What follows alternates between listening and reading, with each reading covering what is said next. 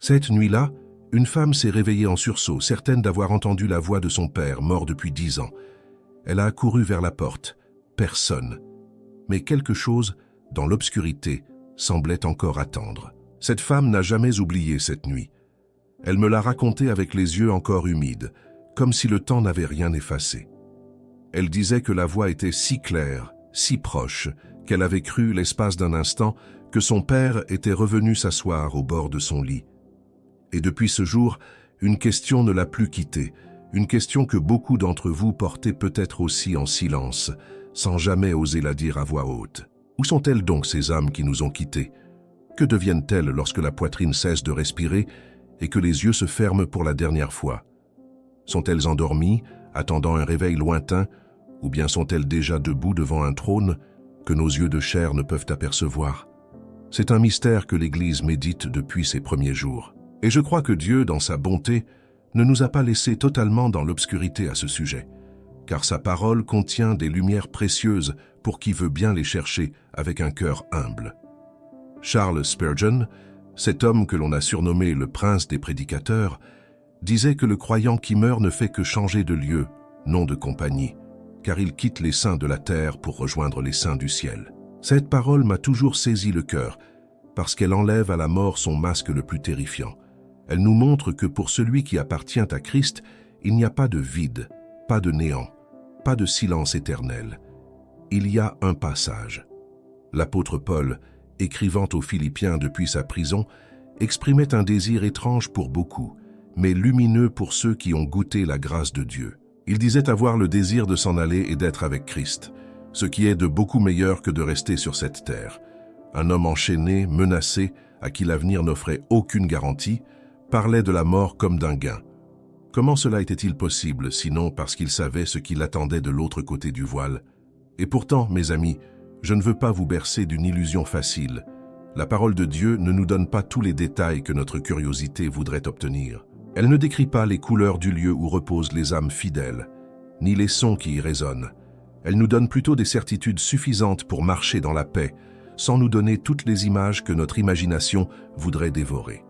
C'est ainsi que Dieu agit avec ses enfants, en nourrissant leur foi sans jamais éteindre leur désir de le connaître davantage. Jésus lui-même nous a raconté l'histoire d'un pauvre nommé Lazare et d'un homme riche qui vivait dans le luxe sans jamais se soucier de celui qui mourait de faim à sa porte. Lorsque les deux moururent, Lazare fut porté par les anges dans le sein d'Abraham, tandis que le riche, lui, se retrouva dans les tourments, séparé par un grand abîme qu'il ne pouvait franchir. Ce récit n'est pas une simple image poétique. Il nous révèle que la conscience continue au-delà du tombeau, que les âmes ressentent, se souviennent et savent parfaitement de quel côté du voile elles se trouvent. Sur la croix, Jésus a parlé à cet homme qui se repentait à ses côtés, un criminel qui n'avait plus rien à offrir, sinon un cœur brisé et des mains vides devant l'éternité. Il lui a dit qu'aujourd'hui même il serait avec lui dans le paradis. Aujourd'hui. Pas dans 1000 ans, pas après un long sommeil sans conscience, mais aujourd'hui même, à l'instant de son dernier souffle. Cette seule parole devrait suffire à calmer bien des angoisses qui montent en nous lorsque nous pensons à ceux que nous avons perdus dans la foi et l'espérance de Christ. Mais alors, pourquoi tant de récits, tant de témoignages, tant de nuits comme celle de cette femme où l'on croit entendre une voix, sentir une présence, percevoir quelque chose que la raison ne peut expliquer? Je ne prétends pas tout comprendre de ces expériences. Certaines viennent peut-être de notre chagrin qui cherche désespérément une consolation dans l'obscurité de la perte. D'autres, je le crois humblement, peuvent être des touches délicates de Dieu, des rappels que le voile entre les deux mondes est plus fin que nous ne l'imaginons dans notre vie quotidienne. Ce qui compte, mes amis, ce n'est pas de percer tous les secrets de l'invisible. Ce qui compte, c'est de savoir de quel côté du voile nous nous trouverons le jour où notre propre souffle s'arrêtera. Car la parole est claire sur un point que nul ne peut contourner. Il y a un chemin qui mène à la vie, et il y a un chemin qui mène loin de la présence de Dieu. Et ce choix se fait ici, de ce côté-ci de l'éternité, pendant que nous respirons encore, pendant que notre cœur bat et que nos yeux peuvent encore lire ces lignes. Spurgeon avait l'habitude de dire que la préparation à la mort commence bien avant qu'elle n'arrive, et qu'un homme sage ne remet jamais à demain ce qui concerne son âme. Combien de personnes pensent avoir encore le temps, encore une année? encore une occasion de se réconcilier avec leur Créateur, et s'endorment pourtant un soir sans jamais rouvrir les yeux. La question des âmes qui attendent dans l'invisible n'est donc pas une curiosité lointaine, un sujet réservé aux théologiens ou aux esprits fascinés par le mystère. Elle nous concerne, vous et moi, aujourd'hui même. Je crois que Dieu place ces mystères devant nous non pour satisfaire notre soif de sensations, mais pour réveiller en nous une soif bien plus profonde, celle de connaître celui qui tient les clés de la mort et du séjour des morts. Cette femme qui a entendu la voix de son père cette nuit-là n'a jamais retrouvé de réponse scientifique à ce qu'elle avait vécu. Mais elle a retrouvé quelque chose de bien plus précieux. Elle a retrouvé le désir ardent de savoir elle aussi où elle irait le jour de son dernier souffle, et c'est cette même question que je pose à votre cœur en cet instant. Si ces paroles résonnent en vous, si vous sentez que votre cœur a besoin d'aller plus loin dans cette quête de vérité, je vous invite dès maintenant à vous abonner à cette chaîne. Ainsi, vous ne manquerez aucun de ces enseignements qui touchent le plus profond de notre âme et qui nous aident à marcher chaque jour avec plus de lumière et de discernement. Et si vous portez en vous cette soif de retrouver une intimité véritable avec Dieu, sachez que notre guide 21 jours pour restaurer votre intimité avec Dieu a été écrit précisément pour les cœurs comme le vôtre. Pour ceux qui sentent qu'il existe quelque chose de plus profond à découvrir dans leur marche avec le Seigneur, ce guide vous accompagnera pas à pas, jour après jour, vers une communion renouvelée avec votre Père Céleste. Vous le trouverez dans le tout premier commentaire épinglé sous cette vidéo, et je vous encourage à l'acquérir dès aujourd'hui, car chaque jour compte lorsqu'il s'agit de notre vie intérieure avec Dieu. Il y a un mot dans les Écritures qui revient souvent lorsqu'il s'agit des âmes qui ont quitté cette terre, et ce mot c'est l'attente. Non pas une attente vide, semblable à celle d'une salle grise où l'on regarde une horloge sans aiguille, mais une attente pleine, habitée, tournée vers une promesse certaine. Dans le livre de l'Apocalypse, Jean reçoit une vision saisissante. Il voit, sous l'autel céleste, les âmes de ceux qui avaient été mis à mort à cause de la parole de Dieu et du témoignage qu'ils avaient rendu. Ces âmes crient d'une voix forte, demandant jusqu'à quand le Seigneur tardera à faire justice, et il leur est répondu de se tenir en repos encore un peu de temps, jusqu'à ce que le nombre de leurs compagnons de service soit complet. Remarquez, mes amis, que ces âmes ne sont pas endormies dans un silence absolu. Elles parlent, elles ressentent, elles espèrent, elles connaissent même une forme de tension entre le repos qu'elles ont déjà et la plénitude qu'elles attendent encore. C'est là tout le mystère dont nous parlons depuis le début. Il existe un état intermédiaire, un lieu de repos pour ceux qui sont morts dans la foi. Mais ce repos n'est pas encore la totalité de ce que Dieu a préparé pour ses enfants. Car la parole nous enseigne aussi qu'un jour viendra la résurrection des corps, ce moment glorieux où les âmes retrouveront une existence complète, où le corps mortel revêtira l'incorruptibilité promise par notre Seigneur Jésus-Christ. Paul en parle avec une force extraordinaire dans sa lettre aux Corinthiens, disant que ce corps semé dans la faiblesse ressuscitera dans la puissance, que ce qui est semé corps naturel ressuscitera corps spirituel. Voilà pourquoi les âmes qui attendent dans l'invisible ne sont pas dans une immobilité stérile. Elles attendent activement ce jour où la création tout entière sera libérée de la corruption, comme l'écrit Paul aux Romains. Cette attente ressemble, je crois, à celle d'un homme qui a franchi le seuil d'une maison magnifique, mais qui sait que les invités les plus chers ne sont pas encore tous arrivés et qui patiente avec joie plutôt qu'avec angoisse. Pensez à Abraham appelé ami de Dieu, qui vivait sous des tentes dans une terre étrangère, attendant une cité dont l'architecte et le constructeur est Dieu lui-même. Sa vie entière fut une longue attente habitée par la foi. Ainsi en est-il des âmes qui nous ont précédés dans la mort. Elles ne regardent pas en arrière avec regret, elles regardent en avant avec une espérance que nous, encore enfermés dans le temps, avons parfois du mal à saisir pleinement. Certains d'entre vous ont peut-être perdu un époux, une épouse, un enfant, un frère dans la foi, et vous vous demandez encore, la nuit, dans le silence de votre chambre, ce qu'il ou elle vit en cet instant précis. Peut-être regardez-vous une photographie posée sur une étagère, ou un vêtement que vous n'avez jamais eu le courage de ranger, et votre cœur se serre en silence. Je ne peux pas vous donner tous les détails que votre cœur voudrait entendre, car Dieu, dans sa sagesse, a choisi de garder certaines choses voilées. Mais je peux vous dire ceci avec toute l'assurance que donne l'Écriture. Si cette personne a mis sa confiance en Christ avant de fermer les yeux pour la dernière fois, alors elle n'est ni seule, ni oubliée, ni plongée dans un néant sans conscience. Elle est en présence du Seigneur dans une paix que ce monde ne connaît pas. Jésus a dit à ses disciples qu'il partait leur préparer une place et qu'il reviendrait les prendre auprès de lui, afin que là où il est, ils y soient aussi. Cette promesse ne concerne pas seulement l'avenir lointain, elle concerne l'instant même de la mort.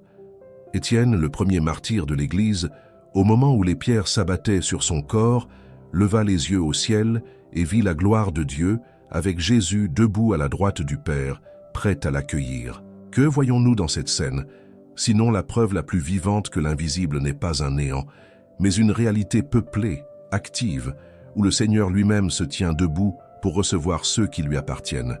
Étienne ne tremblait pas devant la pierre qui volait vers lui, car son regard n'était plus fixé sur cette terre, mais déjà tourné vers la gloire qui l'attendait de l'autre côté. Cette vérité devrait changer la manière dont nous vivons notre deuil.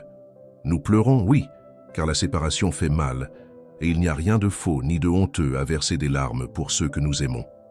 Mais nous ne pleurons pas comme ceux qui n'ont point d'espérance, comme l'écrit Paul aux Thessaloniciens, car nous croyons que Jésus est mort et ressuscité, et que Dieu ramènera avec lui ceux qui se sont endormis en lui. Voilà pourquoi ce mystère des âmes qui attendent dans l'invisible ne doit pas nous remplir de peur, mais plutôt d'une sobre et profonde révérence devant la grandeur du plan de Dieu pour ceux qui lui appartiennent. Il y a une différence immense, mes amis, entre attendre dans les ténèbres et attendre dans la lumière. Les âmes fidèles attendent dans la lumière, entourées de la présence de celui qu'elles ont aimé et servi durant leur vie terrestre. Et cette attente, un jour, prendra fin. La trompette sonnera, les morts en Christ ressusciteront premièrement, et ceux qui seront restés vivants seront changés en un instant, en un clin d'œil, pour être réunis pour toujours avec le Seigneur. Ce jour-là, il n'y aura plus de séparation, plus de nuits passées à se demander où se trouve celui qu'on a perdu, plus de larmes versées dans l'obscurité, en cherchant une réponse que la science ne peut donner. Alors comprenez-vous maintenant pourquoi cette femme, cette nuit-là, a peut-être perçu quelque chose de réel. Non pas que son père soit revenu marcher parmi les vivants, mais peut-être que le voile, pour un instant, s'est fait plus mince que d'habitude. Dieu, dans sa tendresse infinie, sait parfaitement ce dont nos cœurs brisés ont besoin, et il ne nous laisse jamais complètement sans consolation, même lorsque nos questions restent, pour un temps, sans réponse complète. Ce que je veux que vous reteniez de cette partie, c'est que l'invisible n'est ni vide, ni silencieux. Il est peuplé d'âmes vivantes, conscientes, en attente, tournées vers l'accomplissement final des promesses de Dieu. Et la question qui demeure, celle qui devrait résonner en chacun de nous, n'est pas tant de savoir ce que ressentent les âmes déjà parties, mais de savoir si nous-mêmes, aujourd'hui, sommes prêts à rejoindre cette attente bénie le jour venu. Car il existe une différence entre se demander où se trouvent les autres et se demander où l'on se trouvera soi-même lorsque viendra l'heure du dernier souffle. Il y a une tentation, mes amis, qui accompagne souvent le deuil. Une tentation subtile qui se glisse dans le cœur au moment où la douleur est la plus vive. C'est celle de vouloir forcer la porte de l'invisible, de vouloir parler à celui ou celle qui est parti, coûte que coûte. Cette tentation ne frappe pas seulement les cœurs faibles dans la foi, elle peut atteindre même les croyants les plus sincères dans un moment de fatigue et de silence prolongé. Je comprends cette envie. Quand on a perdu un être cher, on donnerait presque n'importe quoi pour entendre sa voix une dernière fois, pour recevoir un signe, une confirmation que tout va bien de l'autre côté du voile. Mais l'Écriture nous met en garde avec une clarté que nous ne pouvons ignorer. Le roi Saül, dans les derniers jours de sa vie, désespéré parce que Dieu ne lui répondait plus ni par les rêves, ni par les prophètes, se tourna vers une femme qui évoquait les esprits des morts. Il alla trouver la magicienne d'Endor, déguisée pour qu'on ne le reconnaisse pas, et il lui demanda de faire monter l'esprit de Samuel, ce prophète qu'il avait autrefois oint comme roi sur Israël. Un roi puissant, réduit à ramper dans la nuit, cherchant en secret ce que Dieu avait déjà refusé de lui accorder par les moyens légitimes qu'il avait lui-même établis. Ce récit, mes amis, n'est pas raconté pour nous encourager à imiter Saül, mais pour nous montrer où mène un cœur qui se détourne de Dieu et cherche ailleurs les réponses qu'il refuse de recevoir de sa propre bouche. La loi de Moïse était pourtant très claire à ce sujet. Il est écrit qu'on ne devait trouver chez le peuple de Dieu personne qui pratique la divination, l'augure, ni celui qui interroge les morts, car ces pratiques sont une abomination devant l'Éternel. Pourquoi une telle sévérité? Parce que Dieu sait dans sa sagesse infinie que derrière ces portes que l'homme cherche à forcer, il n'y a pas toujours ce que l'on croit y trouver. Il y a un danger réel, une tromperie possible, un terrain que nous n'avons pas la permission d'explorer. Saül, après cette rencontre, apprit une parole terrible. Il allait mourir le lendemain, lui et ses fils. Loin de lui apporter la paix qu'il cherchait, cette démarche scella sa condamnation et confirma le jugement déjà prononcé contre sa désobéissance. Voyez-vous, mes amis, la différence entre attendre la révélation que Dieu choisit de nous donner et vouloir arracher de force des réponses qu'il n'a pas voulu nous confier? La première attitude est celle de la foi. La seconde est celle de la rébellion déguisée en désespoir. Aujourd'hui encore, combien de personnes, dans leur chagrin, se tournent vers des voyants, des séances, des applications, des messages prétendument envoyés par leurs proches disparus, sans se rendre compte du terrain glissant sur lequel elles s'aventurent. Je ne dis pas cela pour vous effrayer davantage, mais pour vous protéger, comme un berger avertit ses brebis avant qu'elles ne s'approchent trop près du précipice. Dieu ne condamne jamais un cœur qui pleure, mais il met en garde contre les chemins qui aggravent la blessure. Car ce que Dieu offre à ceux qui souffrent n'est pas un contact secret avec les morts, mais une communion vivante avec lui-même, le Dieu vivant, qui connaît nos larmes avant même que nous les versions. Le psalmiste David écrivait que l'Éternel est proche de ceux qui ont le cœur brisé et meurtri, et qu'il sauve ceux dont l'esprit est abattu. Voilà la vraie source de consolation, non pas un message venu de l'obscurité, mais une présence venue de la lumière. Il y a une différence essentielle entre chercher Dieu et chercher un contact avec les morts. Le premier chemin mène vers celui qui donne la vie éternelle, le second mène vers une contrefaçon qui promet la paix, mais qui laisse souvent un vide plus grand encore. Je pense à toutes ces personnes qui, après avoir consulté un médium ou une prétendue messagère de l'au-delà, se sont senties encore plus perdues, encore plus troublées, sans jamais retrouver cette paix véritable que seul Dieu peut donner à une âme fatiguée. Elles avaient espéré un soulagement, et elles sont reparties avec un fardeau plus lourd encore, une confusion nouvelle ajoutée à leur chagrin déjà pesant. Frères et sœurs, si vous traversez un deuil en ce moment même, je vous en supplie, ne cherchez pas dans les ténèbres ce que seul le Père des Lumières peut vous offrir. Venez à lui directement, dans la prière, dans sa parole, dans le silence de votre cœur ouvert devant lui. Il n'a pas besoin d'intermédiaires douteux pour vous parler. Il a déjà parlé à travers son Fils, à travers son Esprit, à travers les Écritures qui restent, encore aujourd'hui, une lampe pour nos pieds et une lumière sur notre sentier. Et lorsque le doute revient, lorsque la tentation de chercher ailleurs se fait sentir, souvenez-vous de cette vérité simple. Celui que vous avez perdu, s'il a vécu et est mort dans la foi, n'a pas besoin que vous le cherchiez dans l'obscurité, car il repose déjà dans la lumière. Ce n'est pas à vous de percer le voile, mais à Dieu de choisir ce qu'il révèle, quand il le révèle et à qui il le révèle vraiment. Notre part, à nous, c'est de faire confiance à sa bonté, même lorsque nos questions restent sans réponse immédiate. Je crois profondément que Dieu, dans sa miséricorde, sait consoler un cœur brisé bien mieux que n'importe quelle voix venue d'ailleurs. Il connaît le nom de chacune de vos larmes et il les recueille toutes, comme il est écrit, dans son outre. Alors, au lieu de chercher des réponses là où Dieu a fermé la porte, cherchons-le lui-même de tout notre cœur, car c'est en lui et en lui seul que se trouve la vraie paix pour celui qui pleure un être cher parti dans l'invisible. Cette paix ne dépend d'aucun message reçu, d'aucun signe interprété, d'aucune séance organisée dans l'espoir d'un contact incertain. Elle dépend uniquement de notre confiance placée en celui qui tient toutes choses entre ses mains, y compris la vie et la mort. Et c'est cette confiance-là, mes amis, que je veux voir grandir en vous à mesure que nous avançons ensemble dans ce mystère des âmes qui attendent, non pas pour satisfaire notre curiosité, mais pour affermir notre foi jusqu'au jour où nous les reverrons, dans la présence même de Dieu, sans voile, sans ombre, et sans plus jamais craindre la séparation. Il y a une vérité que ce mystère des âmes en attente devrait raviver en nous, une vérité que nous oublions trop souvent dans le tumulte des jours ordinaires. C'est que la manière dont nous traitons ceux que nous aimons aujourd'hui aura un poids que nous ne mesurons pas toujours, un poids qui traverse le temps bien au-delà de nos existences terrestres.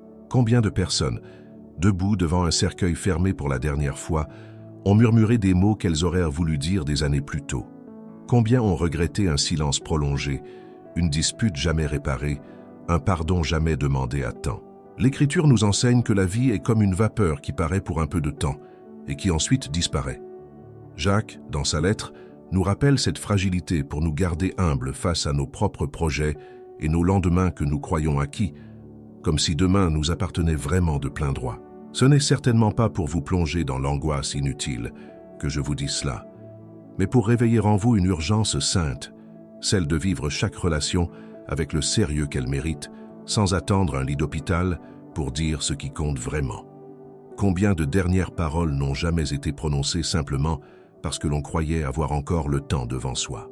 Pensez à Joseph, vendu par ses propres frères, trahi, jeté dans une fosse puis dans une prison étrangère. Des années plus tard, face à ces mêmes frères venus chercher du pain, il aurait pu se venger.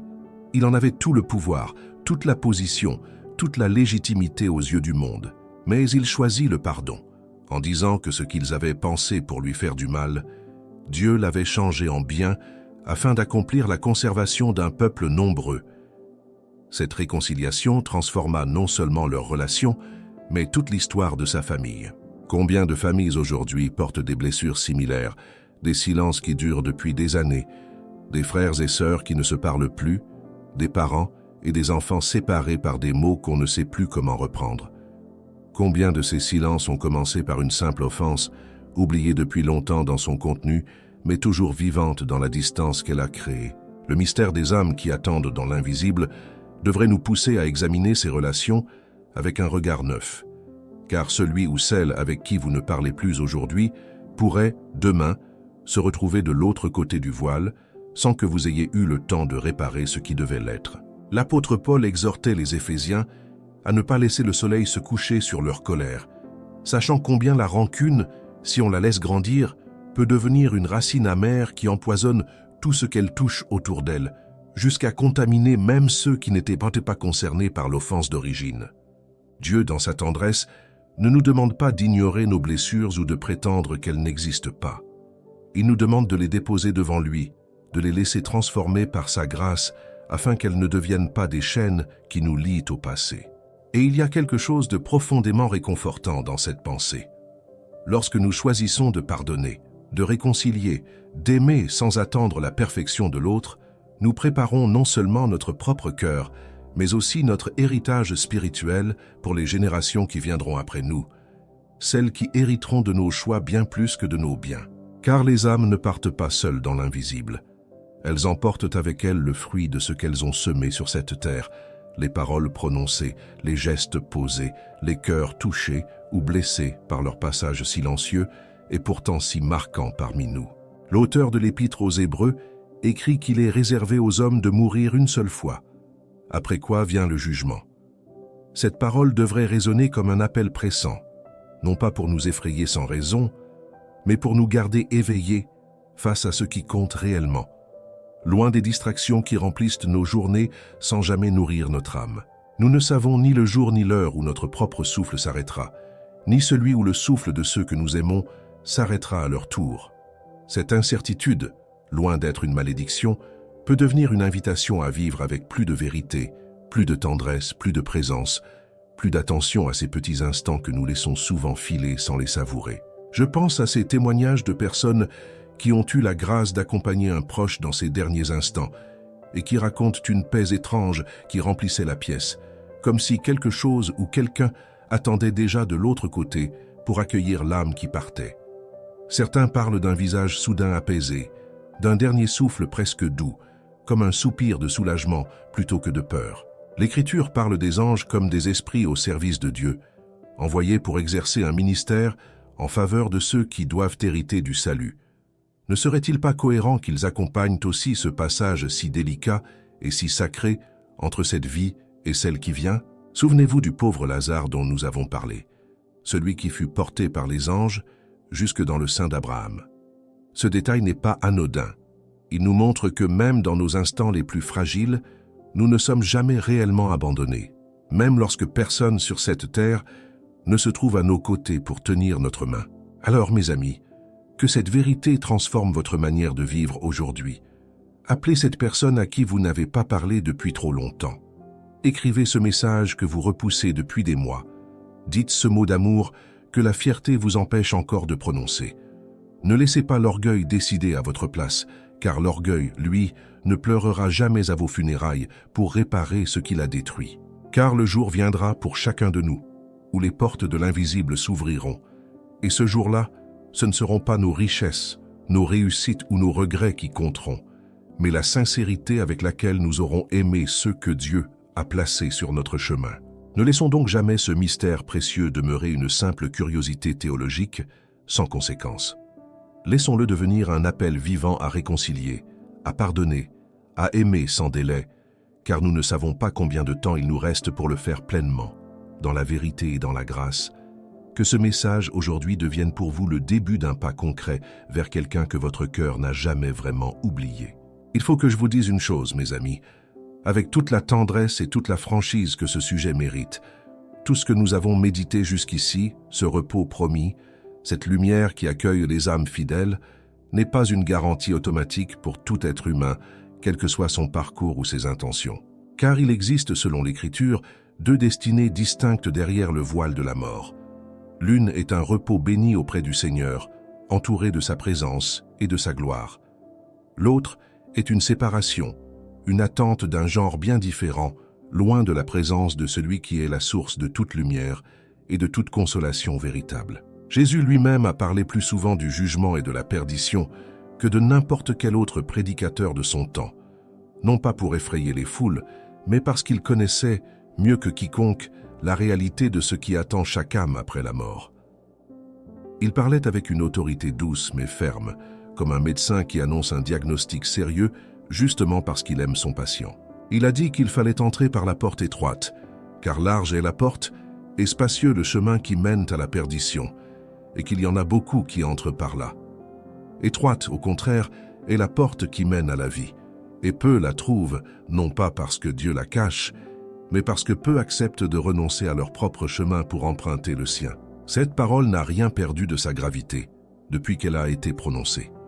Aujourd'hui encore, beaucoup vivent comme si l'éternité n'existait pas, comme si la mort était la fin absolue de toute conscience, un simple point final sans suite, une extinction pure et simple sans aucune conséquence. Mais nous avons vu à travers l'histoire de Lazare et du riche, à travers la promesse faite aux brigands sur la croix, à travers la vision de Jean sous l'autel céleste, que la conscience continue, que l'âme demeure vivante, consciente de sa propre condition. Alors la question devient extrêmement sérieuse, bien plus sérieuse et bien plus personnelle que toutes les curiosités que nous avons explorées jusqu'à présent ensemble. Ce n'est plus seulement où se trouvent les âmes de ceux qui sont partis, mais où se trouvera la vôtre le jour où votre tour viendra. L'apôtre Paul écrivait aux Romains que le salaire du péché, c'est la mort, mais que le don gratuit de Dieu, c'est la vie éternelle en Jésus-Christ notre Seigneur. Deux chemins, deux destinées, et un seul moyen d'échapper à la première pour entrer dans la seconde. Ce moyen n'est ni nos bonnes œuvres, ni notre religiosité, ni même notre sincérité dans la recherche spirituelle. Ce moyen, c'est la personne de Jésus-Christ lui-même, mort sur une croix pour porter le châtiment que nous méritions, et ressuscité pour nous ouvrir le chemin vers le Père. Aucun effort humain, aussi noble soit-il, n'aurait jamais pu accomplir ce que la grâce a accompli en un seul instant sur ce bois de la croix. L'Écriture dit que quiconque invoquera le nom du Seigneur sera sauvé. Non pas quiconque aura vécu parfaitement, non pas quiconque aura accompli suffisamment de bonnes actions pour équilibrer la balance, mais quiconque invoquera humblement ce nom au-dessus de tout autre nom, avec un cœur sincère et brisé devant sa grandeur. Peut-être m'écoutez-vous aujourd'hui et que votre cœur porte encore cette question sans réponse. Où irais-je si je devais fermer les yeux ce soir? Si cette question vous trouble, sachez que ce trouble lui-même est déjà une grâce, un signal que Dieu n'a pas fini de vous parler, un appel silencieux qui résonne plus fort que toutes les distractions de cette vie. Il ne vous appelle pas à mériter son amour, car nul ne le pourrait jamais suffisamment, quels que soient ses efforts ou sa bonne volonté. Il vous appelle simplement à venir, tel que vous êtes, avec vos doutes, vos échecs, vos années de distance, et à recevoir ce qu'il offre gratuitement à quiconque le cherche d'un cœur sincère. Jésus disait, « Venez à moi, vous tous qui êtes fatigués et chargés, et je vous donnerai du repos. » Ce repos n'est pas réservé à une élite spirituelle, à des gens qui auraient tout compris parfaitement. Il est offert à quiconque vient simplement, humblement, aujourd'hui même, sans conditions préalables et sans mérite à présenter. Je pense à cette femme dont nous avons parlé au début de ce message, celle qui a entendu cette voix dans la nuit. Peut-être que ce qu'elle a vécu, au fond, n'était pas seulement une question sur son père, mais une question que Dieu utilisait pour la ramener vers lui-même, pour réveiller en elle un besoin bien plus grand que la simple curiosité sur l'au-delà. Car derrière chaque question sur l'au-delà, derrière chaque nuit d'insomnie passée à se demander ce qui nous attend, il y a souvent une invitation plus profonde, celle de régler, une fois pour toutes, notre propre position devant l'éternité, avant qu'il ne soit trop tard pour le faire. Il ne s'agit pas ici de vivre dans la peur constante de la mort, mais bien au contraire, de vivre dans une paix si solide que la mort elle-même perd son pouvoir de terreur sur nous. C'est exactement ce que Paul voulait dire lorsqu'il écrivait que pour lui, vivre c'est Christ, et mourir est un gain, une phrase que seul un cœur véritablement transformé pouvait prononcer sans détour ni hésitation.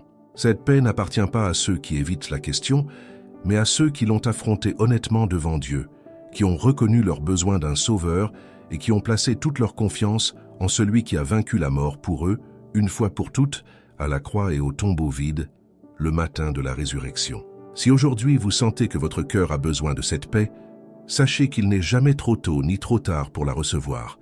Le brigand sur la croix l'a reçue dans ses toutes dernières heures. Vous avez peut-être encore des années devant vous pour la vivre pleinement et pour en témoigner autour de vous. Ne remettez pas à demain ce que Dieu vous invite à recevoir aujourd'hui.